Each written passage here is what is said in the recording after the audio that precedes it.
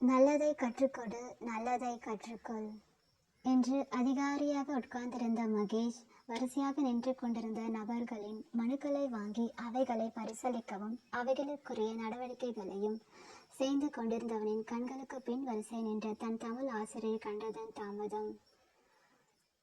இருக்கையை விட்டு எழும்பி சென்றவன் ஓடோடி சென்று தன் தமிழ் ஆசிரியரை பாதம் தொட்டு வணங்கி, ஐயா, என தெரிகின்றதா?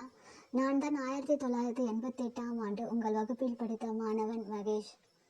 உங்களிடம் கற்ற பெருமை நான் இன்று அதிகாரியாக உயர்ந்திருக்கிறேன். 9 என்று அறிமுகப்படுத்தியவன், அதிகாரியாக இருக்கும்போது உங்களை காக்க வைப்பது நியாயமா? கொடுங்கள், உங்கள் மனுவை ஒரு நிமிடத்தில் பார்த்து பதில் சொல்கிறேன் என்று மனுவை வாங்க கையை நீட்டினான்.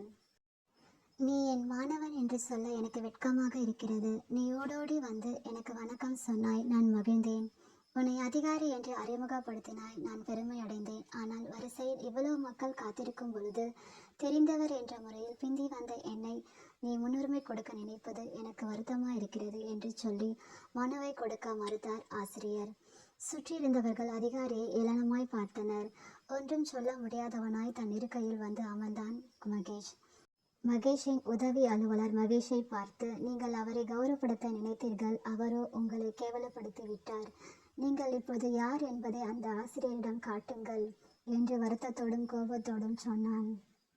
மகேஷ் அதற்கு மெதுவாக சொன்னான், அவர் அன்று மட்டும் அல்ல, இன்றும் அவர் எனக்கு ஆசிரியர்தான்.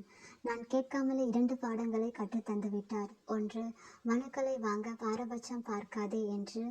2, எவ்வளவு உயர்ந்தவர்களாய் இருந்தாலும் அதனால் பிறனுடைய இடத்தை பறிக்காதே என்று உதவியாளர் வாயெடுத்து நின்றார்.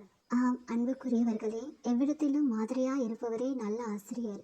எவ்விடத்திலும் கற்றுக்கொள்ள விரும்புவனே நல்ல மாணவன்.